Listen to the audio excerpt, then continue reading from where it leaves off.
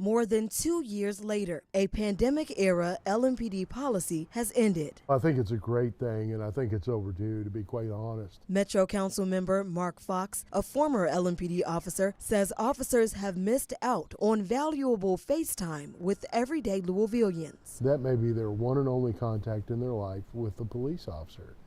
And it's where those relationships get built that you can draw upon later. It's where the trust develops. Those spaces, the scenes of non-injury car crashes, thefts, and burglaries, non-violent incidents that officers largely stopped responding to since the beginning of the pandemic. The LMPD policy was put in place in March 2020 to keep officers safe from COVID-19. I agreed with the policy because at the beginning of the pandemic, we didn't know what COVID was.